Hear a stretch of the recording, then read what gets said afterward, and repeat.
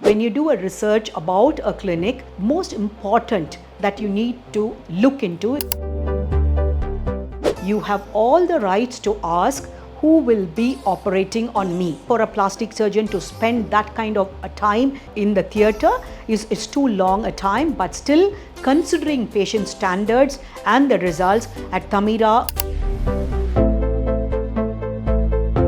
So you are entitled to ask the certification of the plastic surgeon. Medicines, when injected, they can cause some effects in the other system.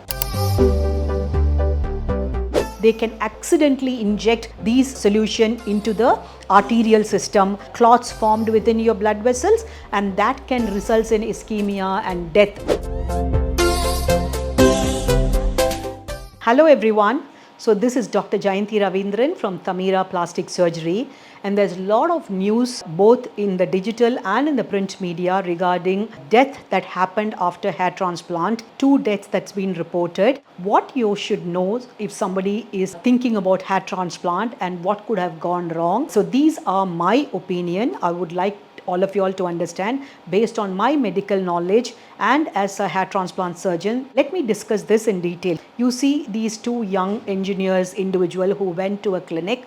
So probably they did some research on the internet or were referred by some friends who have gotten done in those clinics. Either by any of these means they identified and they went into the clinic. So most important here, when you do a research about a clinic for hair transplant to be done, most important that you need to look into is please identify if any of these places where hair transplant is done is NABH certified. This is National Accreditation Board for Hospital, where they accredit hospitals and clinics regarding safety parameters. So you are entitled to ask whether the clinic is NABH certified. So which means you already know that when somebody has got these accreditation, they have all the safety parameters in place.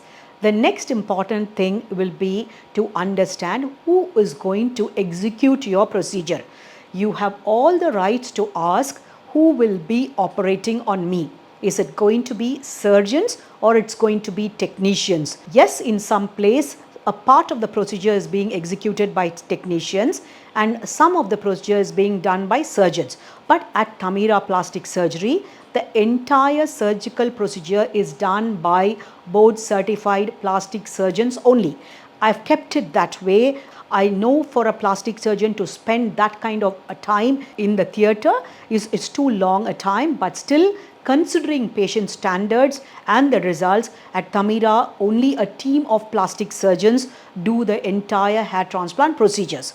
So you are entitled to ask the certification of the plastic surgeon. So there is an association in India called Indian Association of Aesthetic Plastic Surgeons. So it is called IAAPS. So a plastic surgeon actually after qualifying, they enroll in these associations. There's also an association called APSI, Association of Plastic Surgeons of India. So these 2 are associations where once you get the certifications, you get enrolled in these associations.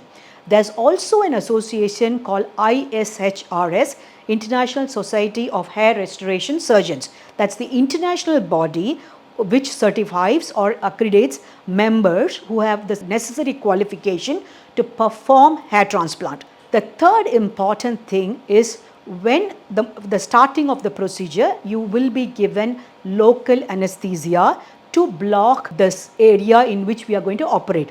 Now you must understand these local anesthesia medicines, when injected, they can cause some effects in the other system. For example, your heart rate can go up, and if you have a pre-existing heart condition, it may result in complications during the procedure. These local anesthetic solution also contain adrenaline, which will constrict your blood vessel.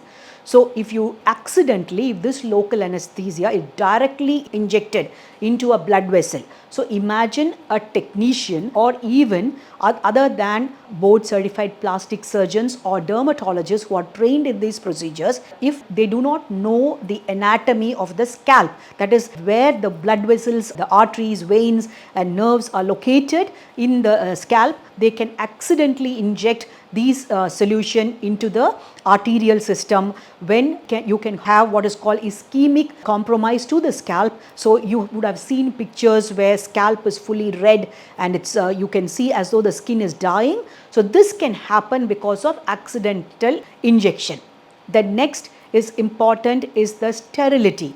That is, when a procedure is done, we use punches. So for every patient, we use punches. Some of them are steel punches, and so they are reused for a patient. Then they have to go through a cycle of sterilization process. Suppose the sterilization process is not done. Proper autoclave, ethylene oxide sterilization or plasma sterilization, these are standard sterilization method.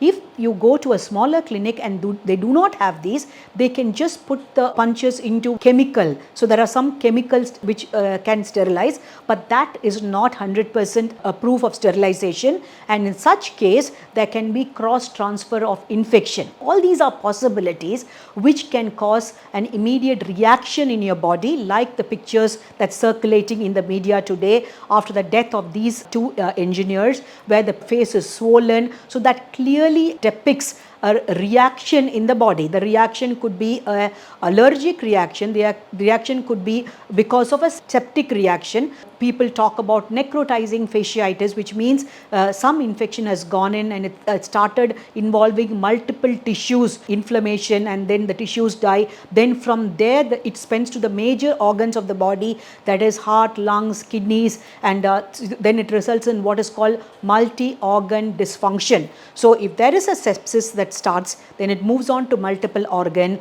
then it creates what is called disseminated intravascular coagulation. So there will be small clots formed within your blood vessels, and that can result in ischemia and death following.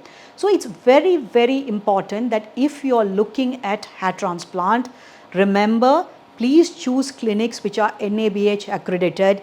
The second important is choose surgeons who are board certified plastic surgeons or dermatologists who are trained to do hair transplant. Ask who is going to perform your entire procedure. You're entitled to ask, and of course otherwise look into websites where those certificates are displayed.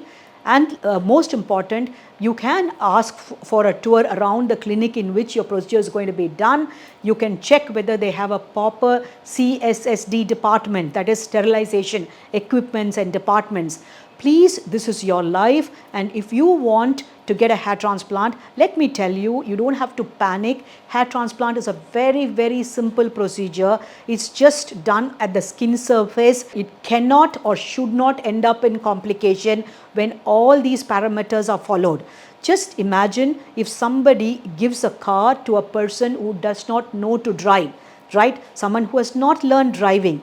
Irrespective of how the car is, if you just give that car to someone who has not learned driving, don't you think accidents will happen? That's exactly what has happened. So make sure that you choose the clinic and the surgeon correctly. And if any of you are thinking about getting a hair transplant done, and if you have any queries, please leave your comments below and I'll be very, very happy to answer them.